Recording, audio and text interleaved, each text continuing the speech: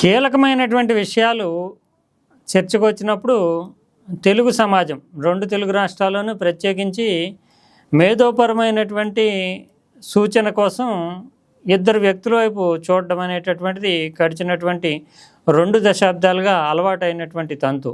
వాళ్ళిద్దరూ professor Nageswara, doctor Jayaprakash Narayana. ఎందుకంటే వీళ్ళు సబ్జెక్ట్ స్టడీ చేయడము, ఏది మంచి ఏది చెడు అని చెప్పడము, దీర్ఘమైనటువంటి అంశాల మీద చాలా కూలంకషంగానే వాళ్ళకు ఉండేటటువంటి ఇంటలెక్చువల్ ఎబిలిటీ, అదే సమయంలో ఫ్యూచర్ ఆస్పెక్ట్స్ని దృష్టిలో పెట్టుకుంటూ చెప్తూ ఉంటారు.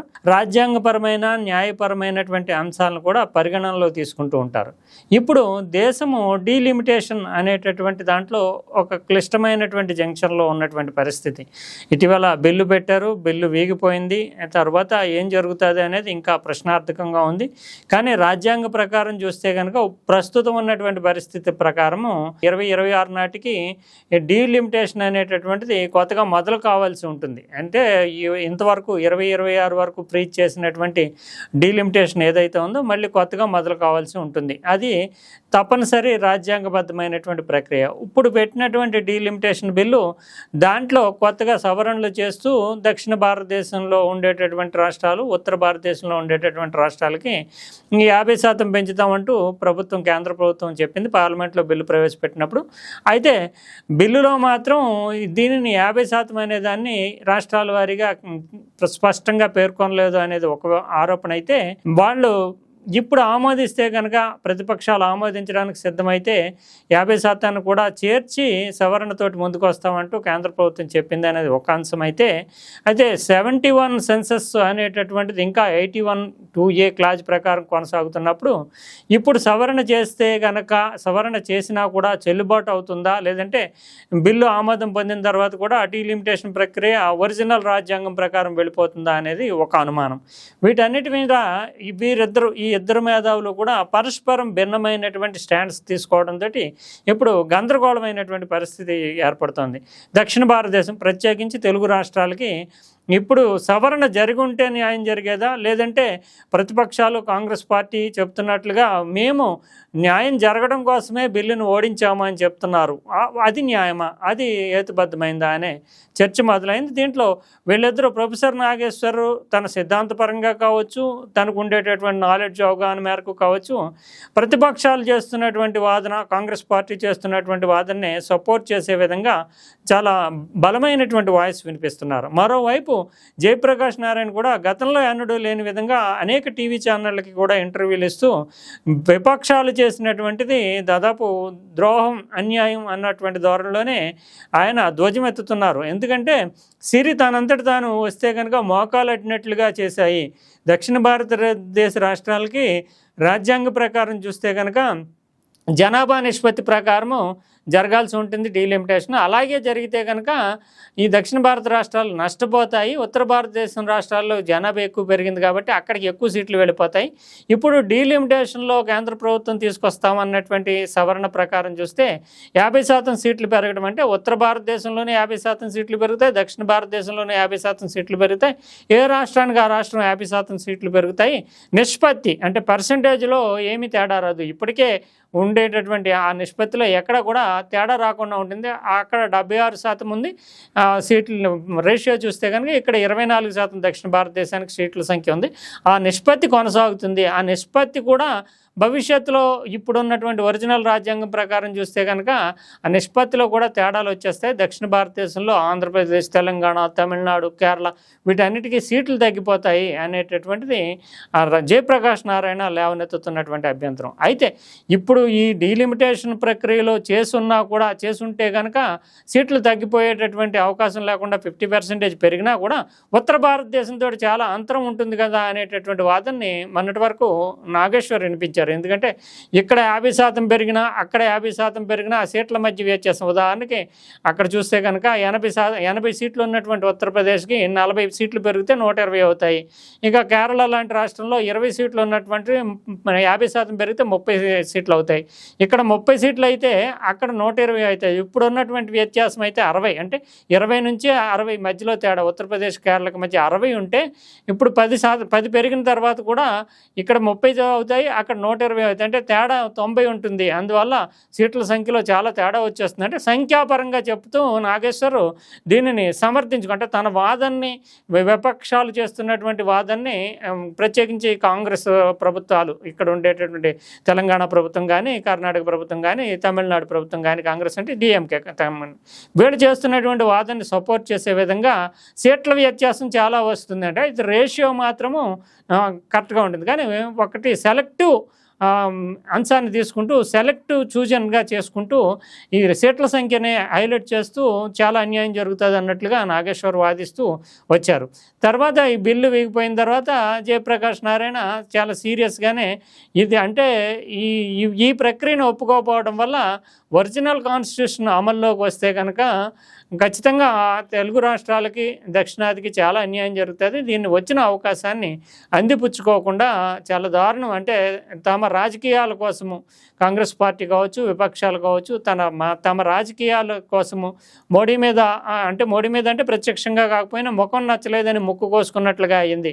రేపు దీన్ని ఎవరు ఆపుతారు? రాజ్యాంగంలో ఉండేటటువంటి విషయాన్ని నిబంధన ప్రకారము డీలిమిటేషన్కి వెళ్ళిపోతే కనుక ఎవరు ఆపగలరు? దీన్ని వచ్చిన అవకాశాన్ని వదులుకున్నారనేది జయప్రకాష్ నారాయణ ఆవేదన, ఆందోళనగా ఉంది. అయితే ఎవరు ఏం చేస్తారు అనే దాన్ని పక్కన పెడితే మళ్ళీ నాగేశ్వర్ కూడా జయప్రకాష్ నారాయణ ఈ వాదన ఎప్పుడైతే మొదలుపెట్టారో నాగేశ్వర్ మళ్ళీ మరో వాదన తీసుకొస్తూ 81(2)A అనేటటువంటిది ఏంటంటే ఈ డీలిమిటేషన్కి సంబంధించినటువంటి జనాభా నిష్పత్తి ప్రకారం జరగాలనేటటువంటి ఆ క్లాజ్ను తొలగించకుండా 50% సీట్లు పెంచుతూ సవరణ చేసినా కూడా అది చెల్లుబాటు కాదు, న్యాయస్థానాలు కొట్టేస్తాయి అంటూ ఒక కొత్త వాదనని మళ్ళీ ముందు పెడుతూ జయప్రకాష్ నారాయణని కౌంటర్ చేయడం మొదలుపెట్టారు.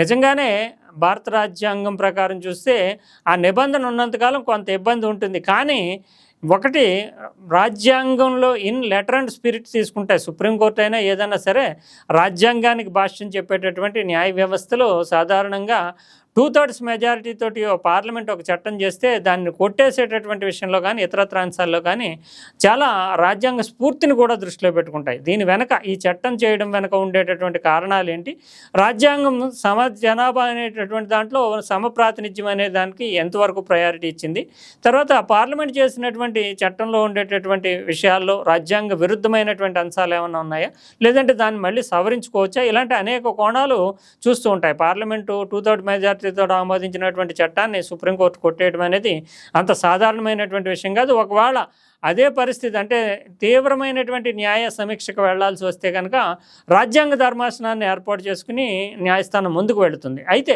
అది జరగదు, వీళ్ళు చట్టం చేసినా కొట్టేస్తారంటూ నాగేశ్వరరావు కొత్త వాదన తీసుకొస్తూ జయప్రకాష్ నారాయణని కౌంటర్ చేయడానికి ఈ వాదనని ముందుకు తీసుకొచ్చారు.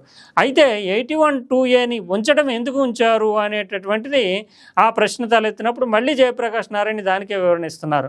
50% సీట్లు రాష్ట్రాల వారీగా పెంచినప్పటికీ ఆ రాష్ట్రంలో ఈ రేషియోల ప్రకారం అంటే జనాభా నిష్పత్తి ప్రకారం పెంచిన సీట్ల కేటాయింపు జరపడానికి ఇది ఉండాలి. డీలిమిటేషన్కి సంబంధించినటువంటి 81(2)A అనేది జనాభా నిష్పత్తిని ప్రకారం సీట్లు పంపిణీ చేయాలనేటువంటి నిబంధన ఉండాలి.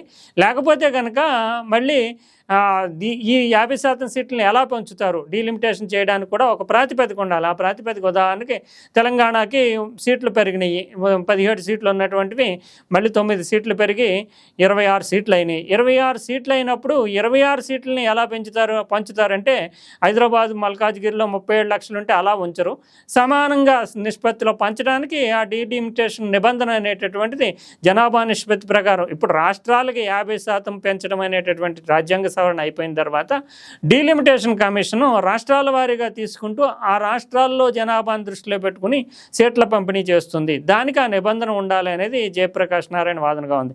రాజ్యాంగంలో ఆ నిబంధన ఉన్నంతకాలం వీళ్ళు 50% సీట్లు పెంచినా కూడా చెల్లుబాటు కావు, కోర్టులు కొట్టేస్తాయి అనేటటువంటి వాదనని నాగేశ్వర్ తీసుకొస్తున్నారు. ఇది పరస్పరం భిన్నమైనటువంటి అంటే ఒకళ్ళు కాంగ్రెస్ వెర్షన్ని, కాంగ్రెస్ చేస్తున్నటువంటి వాదనని పూర్తి స్థాయిలో సపోర్ట్ చేసే విధంగా ముందుకెళ్తుంటే మరొకళ్ళు కేంద్ర కేంద్ర ప్రభుత్వం బీజేపీ చాలా సముచితమైనటువంటి నిర్ణయం తీసుకుంది, అదే సమంజసమైంది, అది అందిపుచ్చుకోకపోవడం వల్ల చాలా అన్యాయం జరుగుతుంది అనేటటువంటి ధోరణిలో జయప్రకాష్ నారాయణ వాదనలు చేస్తున్నారు. ఇంకా నాగేశ్వర్ అయితే ఒక స్టెప్ ముందుకు వేసి అసలు దీన్ని సపోర్ట్ చేసినటువంటి చంద్రబాబు నాయుడు, పవన్ కళ్యాణ్ లాంటి వాళ్ళని కూడా ప్రశ్నిస్తూ మీరు చాలా అన్యాయం చేస్తున్నారు అంటూ ఆయన ధ్వజమెత్తడం అనేది కూడా జరిగింది. అయితే వాస్తవంగా చూస్తే మాత్రము ఈ ఈ ఈ రాజ్యాంగపరమైనటువంటి ఈ అంశంలో నాగేశ్వర్ కంటే కూడా జయప్రకాష్ నారాయణ ఇన్వాల్వ్మెంటే ఎక్కువ అని చెప్పాలి. ఎందుకంటే ఆయన క్షుణ్ణంగా దీన్ని అధ్యయనం చేసినటువంటి వ్యక్తిగా చెప్పాలి. నిజానికి 1971లో జనాభా లెక్కల ప్రకారం పునర్విభజన జరిగిన తర్వాత ఎమర్జెన్సీ టైంలో 1976లో దక్షిణ భారతదేశము, ఉత్తర భారతదేశం మొత్తం ఓవరాల్గా తీసుకుంటూ జనాభాను నియంత్రించాలనే ఉద్దేశంతో సీట్ల సంఖ్యని ఫ్రీజ్ చేస్తూ 76లో ఇందిరాగాంధీ నిర్ణయం తీసుకున్నారు. ఒక 25 ఏళ్ల పాటు సీట్ల సంఖ్యలో ఎటువంటి మార్పు రాదు, ఇవే ఉంటాయి ఏ రాష్ట్రానికైనా ఇది అంటూ ఆమె నిర్ణయం తీసుకోవడం జరిగింది. అది 76/2001కి ఆ నిబంధన అయిపోవడము, తర్వాత ఒరిజినల్ రాజ్యాంగం అమల్లోకి వస్తున్నటువంటి పరిస్థితుల్లో అప్పటికే దక్షిణ భారతదేశంలో జనాభా తగ్గిపోయి ఉండడము, ఉత్తర భారతదేశంలో జనాభా పెరిగి ఉండడంతో సీట్లలో జనాభా నిష్పత్తి ప్రకారం చేస్తే కనుక దక్షిణ భారతదేశానికి అన్యాయం జరుగుతుంది. అందులోని ఎన్డీఏ అప్పుడు ఉన్నటువంటి వాజ్పేయి ప్రభుత్వం, ఎన్డీఏ ప్రాంతీయ పార్టీల మీద ఆధారపడినటువంటి ప్రభుత్వం, రాజకీయంగా విభేదాలు, రాజకీయంగా అస్థిరత ఏర్పడుతుంది. అమెరికా లాంటివి అప్పటికే పోఖ్రాన్ టెస్ట్ లాంటి వాటి ద్వారా మన మీద ఆంక్షలు విధించింది. అంతర్జాతీయంగా ఒత్తిళ్లు, దేశంలో రాజకీయపరమైనటువంటి సమస్యలు తలెత్తకుండా దీనికి సొల్యూషన్ అంటే మళ్ళీ మరో 25 ఏళ్ల పాటు ఫ్రీజ్, అంటే సీట్ల సంఖ్యను యథాతథంగా ఉంచేటట్టు చేయాలని ఆ ప్రక్రియలో చాలా కీలకమైనటువంటి పాత్ర జయప్రకాష్ నారాయణ పోషించారు. ఆయన అప్పటి న్యాయశాఖ మంత్రి అయినటువంటి అరుణ్ జైట్లీతోటి, తర్వాత అప్పటి ఎలక్షన్ కమిషనర్ లింక్తోటి, వీళ్ళందరితోటి కూర్చుని ప్రత్యేకంగా దీనికి ఒక డ్రాఫ్టింగ్ చేయడం, ఇతరత్ర ప్రక్రియలో పాల్గొనడం, వాజ్పేయి తోటి కూడా సమావేశమై ఒప్పించి పార్లమెంట్లో ఈ బిల్లు పెట్టించి ఇంకా మరో 25 ఏళ్ల పాటు సీట్ల సంఖ్యలో ఎటువంటి మార్పు రాదు అనేటటువంటి ఫ్రీజ్ చేశారు. దానివల్ల దక్షిణ భారతదేశంలో అసంతృప్తి కానీ, ఉత్తర భారతదేశంలో అసంతృప్తి కానీ ఏమీ రాకుండా యథాతథ పరిస్థితి కొనసాగడానికి ఆ ప్రక్రియలో చాలా క్రిటికల్ రోల్ పోషించినటువంటి వ్యక్తి జయప్రకాష్ నారాయణ. అందువల్ల దీని నిబంధన ఎలా వచ్చింది, రాజ్యాంగం ఏం చెప్తుంది, ఎలా చేయాలి, దీని మీద క్షుణ్ణంగా అధ్యయనం చేసినటువంటి వ్యక్తిగా జయప్రకాష్ నారాయణ చూడాలి. ఆయన అది 26 తోటి అవి టైం అయిపోతున్నటువంటి సమయంలో మళ్ళీ డీలిమిటేషను, జనాభా నిష్పత్తి ముందుకు వస్తే దక్షిణ భారతదేశానికి చాలా సమస్యాత్మకంగా మారుతుంది అని ముందుగా ఆవేదన వ్యక్తం చేసినటువంటి వాళ్ళలో కూడా జయప్రకాష్ నారాయణ ఒకరుగా ఉన్నారు. అయితే మధ్య మార్గంగా రాష్ట్రాల వారీగా 50% సీట్లు అనడంతో ఇది కొంత న్యాయం జరిగేటటువంటి అవకాశం ఉంది. అందులోని దీనికి వేరే పరిష్కారం లేదు. ఎందుకంటే సాధారణంగా రాజ్యాంగం ప్రకారం కానీ, డెమోక్రసీ రూల్స్ ప్రకారం కానీ చూస్తే జనాభాని బట్టే నిష్పత్తి అనేటటువంటిది ఆధారపడి ఉంటుంది. ఒక వ్యక్తికి ఒక ఓటు అనేటటువంటి యూనివర్సల్ ఫ్రాంచైజీ ప్రకారం చూస్తే ప్రజాస్వామ్యంలో ఎక్కువ మంది జనాభా ఉంటే ఎక్కువ ఓట్లు ఉంటాయి, ఎక్కువ మంది జనాభా ఉన్నటువంటి చోట్ల ఎక్కువ సీట్లు వస్తాయి. ఇది కామన్గా జరిగేటటువంటి ప్రజాస్వామ్య ప్రక్రియ. అదే చేస్తే కనుక దక్షిణ భారతదేశం నష్టపోతుంది అనే ఆవేదనలో ఉండేటటువంటి జయప్రకాష్ నారాయణకి ఇప్పుడు కేంద్ర ప్రభుత్వము అన్ని రాష్ట్రాలకి, అంటే ఏ రాష్ట్రంలో కూడా అసంతృప్తి లేకుండా అన్ని రాష్ట్రాలకి 50% పెంచుతామన్నప్పుడు ఇది చాలా గోల్డెన్ ఆపర్చునిటీ. దీనిని అందిపుచ్చుకోవాలని జేపీ లాంటి వాళ్ళు అభిప్రాయపడతాం. అసలు ఇది గోల్డెన్ ఆపర్చునిటీ కాదు, నిష్పత్తి సంగతిని పక్కన పెట్టండి, సీట్ల సంఖ్య పెరుగుతుంది అటువైపు అంటూ తీవ్రమైనటువంటి వ్యతిరేక స్వరాన్ని వినిపించినటువంటి వాళ్ళ తరపున ప్రొఫెసర్ నాగేశ్వర వాదించడం అనేటటువంటిది జరిగింది. ఇప్పుడు చూస్తే కనుక మళ్ళీ 81(2)A ముందుకు తీసుకొచ్చి నాగేశ్వర్ మరో వాదన చేస్తుంటే జయప్రకాష్ నారాయణ మాత్రం ఈ రెండు వేర్వేరు, ముందు 50% సీట్లు పెంచడానికి సవర్ణ పరిమితం అవుతుంది, తర్వాత రాష్ట్రాల వారీగా జనాభా నిష్పత్తిని అనుసరించి సీట్ల కేటాయింపుకి ఆ డీలిమిటేషన్ అనేటటువంటి దానికి 81(2)A ఉపయోగపడుతుందని చెప్తున్నారు. ఏమైనప్పటికీ కూడా రాజ్యాంగపరమైనటువంటి అంశాల్లో భిన్నమైనటువంటి వాదనలు వినిపిస్తూ ఇద్దరు మేధావులు కూడా తెలుగు సమాజాన్ని ఒక రకంగా చెప్పాలంటే కన్ఫ్యూజన్లో, గందరగోళంలో, అయోమయంలో పాడేశారు. కానీ ఒక విషయం మాత్రం స్పష్టంగా చెప్పొచ్చు, ఈ విషయంలో అంటే ఐఏఎస్ అధికారిగానే కాకుండా అనేక సమాచార హక్కు చట్టం కావచ్చు, ఇతరత్ర అనేక చట్టాల ప్రక్రియలో, అంటే రూపకల్పన ప్రక్రియలో భాగస్వామ్యం వహించినటువంటి జయప్రకాష్ నారాయణ మాత్రం సమర్థవంతమైనటువంటి లాజికల్ కంక్లూజన్స్ తోటి తన వాదనని ముందు పెడుతున్నారు. ఆయన బీజేపీ ప్రయోజనాలు, కాంగ్రెస్ ప్రయోజనాలు ఎలా ఉన్నప్పటికీ దక్షిణ భారత ప్రయోజనాలు మాత్రం దెబ్బతిన్నాయి, దీనికి ప్రధానమైనటువంటి బాధ్యతని కాంగ్రెస్ తీసుకోవాలి, ఆటోమేటిక్గా భవిష్యత్తులో ఈ డీలిమిటేషన్ ప్రక్రియ, జనాభా నిష్పత్తి అనేది అమల్లోకి వస్తే ఎవరూ ఆపలేరు అనే ఆవేదన ఆయన వ్యక్తం చేస్తున్నారు. ఏం జరుగుతుందో వేచి చూడాలి. కానీ ఇద్దరు మేధావులు కూడా ముందుగా అంటే ఒక రకంగా చెప్పాలంటే ఆగిపోయిన పెళ్లికి భజంత్రీలు అన్నట్లుగా వీళ్ళిద్దరూ చేయగలిగింది ఏమీ లేదు. ఆగిన పెళ్లికి భజంత్రీలు అన్నట్టుగా పరస్పర విరుద్ధమైనటువంటి భావనలు ప్రజల్లో చర్చకి తావిచ్చే విధంగా ఏది నిజం ఏది న్యాయం అనే దానికంటే కూడా తాము పట్టినటువంటి కుందేడికి మూడే కాళ్ళు అన్నట్లుగా పరస్పర భిన్నమైనటువంటి వాదనలతో ముందుకు తీసుకెళ్లడంతో ఇంటలెక్చువల్ వర్గం కూడా చీలిపోయినటువంటి వాతావరణం మనకి ఇప్పుడు ఆంధ్రప్రదేశ్ తెలంగాణలో కనిపిస్తుంది.